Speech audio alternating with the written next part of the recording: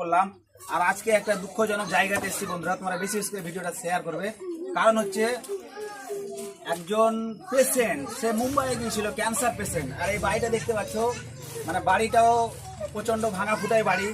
আর যেই রুজি রোজগারের মানে যে খাওয়াতো এদেরকে, এই যে কান্না করছে এখানে দাঁড়িয়ে, এই দেখতে পাচ্ছি ওনার মেয়েরা কান্না করছে, এগুলো সব মেয়ে। হ্যাঁ, তো মেয়েরা কান্না করছে বাবার জন্য।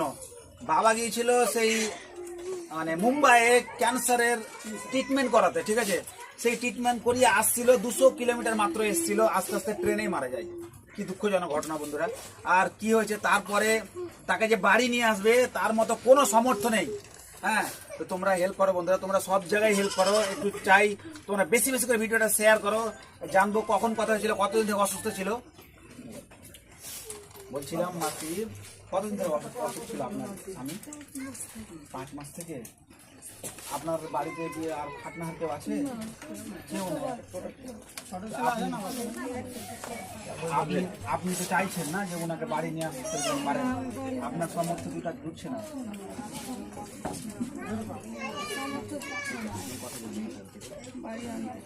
বাড়ি আনতে চাও না?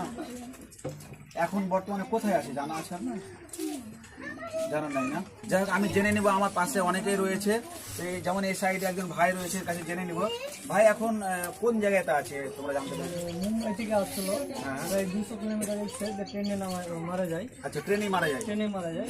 ওই ট্রেন থেকে স্টেশনে মানমাদ বলে একটা স্টেশন আছে, আচ্ছা আচ্ছা, ওখানে তাকে নামিয়ে দিয়েছে। আচ্ছা। তা মানমাদ থেকে আবার ওই স্টেশনের এই যারা মানে রেলের যারা পুলিশ আছে, আচ্ছা, পুলিশ কর্মী যারা, তারা তাকে নিয়ে গেছে হসপিটালে নিয়ে যে করাচ্ছে, পোস্টমর্টম হয়েছে। আচ্ছা তো আচ্ছা। এখন ওকে নিয়ে আসবে, এরকম সমর্থন নেই ওদের।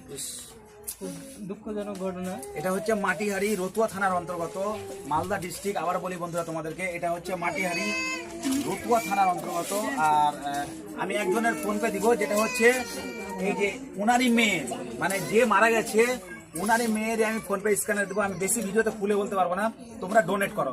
আমি টাকার কথা বেশি বললে ভিডিওতে ক্ষতি হয়ে যাচ্ছে বন্ধুরা। তোমরা বেশি বেশি করে শেয়ার করো, বেশি বেশি করে ডোনেট করো। আর যদি ওনার ফোনপে স্ক্যানারে টাকা না আসে, তাহলে তোমরা কি করবে, আরো একটা আমি ফোনপে নাম্বার দিয়ে দিচ্ছি স্ক্রিনে, সেটাতে মারবে। আর যদি সেটা তো না আসে, তোমরা কন্ট্যাক্ট করবে, কল করবে, এই দাদারা মেসেজ করবে। দাদা যদি পয়সা না আসে, কেউ কল করে, দাদা আপনার নাম্বার দিচ্ছি, ঠিক আছে। আপনি একটু সবাইকে যে কোনো নাম্বার দিয়ে হোক, যেভাবে হোক ম্যানেজ করে আপনি টাকাটা ম্যানেজ করবেন, ঠিক আছে, নিবেন। হ্যাঁ, এই দাদার আমি নাম্বার দিয়ে দিব, প্লাস এই দাদার ফোনপে নাম্বার দিয়ে দিব, প্লাস এই বোনটারও আমি স্ক্যানার দিব। হ্যাঁ, আর অ্যাকাউন্ট নাম্বার যদি পারি সেটাও দিয়ে দিব। তোমরা বেশি বেশি করে ভিডিওটা শেয়ার করো। আর এদের ফ্যামিলি কিরকম দাদা একটু বললে ভালো হতো। ফ্যামিলি খুব ভালো।